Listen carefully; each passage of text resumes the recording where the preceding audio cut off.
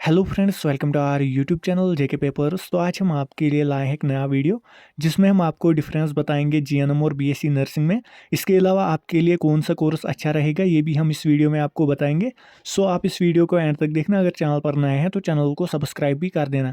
इसके अलावा फेसबुक और टेलीग्राम की लिंक्स भी आपको नीचे डिस्क्रिप्शन में मिलेगी, आप जाके हमें वहाँ पर भी फॉलो कर सकते हैं।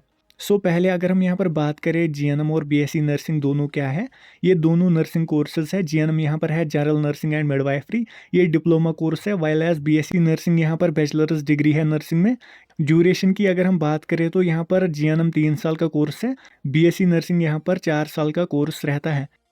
उसके बाद अगर हम एलिजिबिलिटी की बात करें तो यहाँ पर जीएनएम में आपकी एलिजिबिलिटी 10+2 है, यानी कि 12th आपकी एलिजिबिलिटी है। चाहे आप किसी भी स्ट्रीम से हो, आर्ट्स से हो, कॉमर्स से हो, नॉन मेडिकल से हो, आप इसमें एलिजिबल हैं। इसके अलावा मिनिमम परसेंटेज आपकी 12th में 40 होनी चाहिए।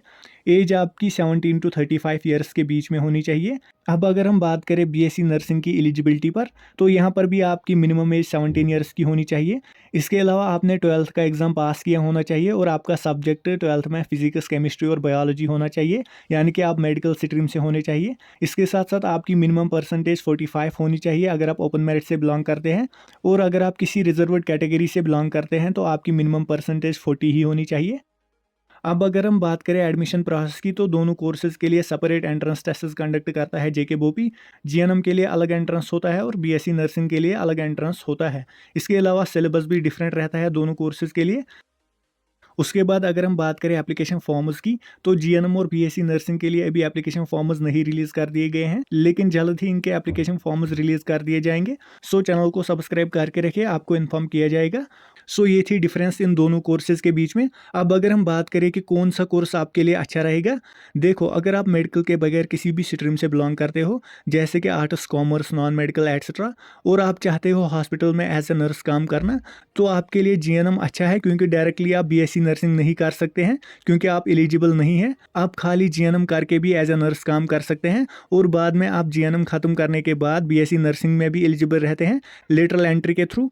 अगर आर्ट्स, कॉमर्स या नॉन मेडिकल स्टूडेंट्स को नर्सिंग में आना है तो उनके लिए बेस्ट है जीएनएम।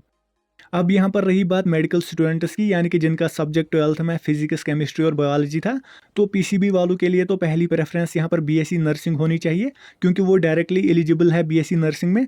लेकिन अगर किसी पीसीबी स्टूडेंट को भी जल्द ही नर्सिंग कोर्स कंप्लीट करना है और उनको ग्रेजुएशन या डिग्री से कोई लेना देना नहीं है तो वो जीएनएम कर सकते हैं। लेकिन याद रहे, जीएनएम के थ्रू फिर बीएससी नर्सिंग कंप्लीट करने को 5 से 6 साल लगते हैं।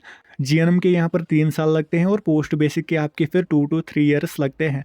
और अगर आप डायरेक्टली पहले ही बीएससी नर्सिंग करते हो तो आपको सिर्फ 4 साल लगते हैं ग्रेजुएशन कंप्लीट करने को।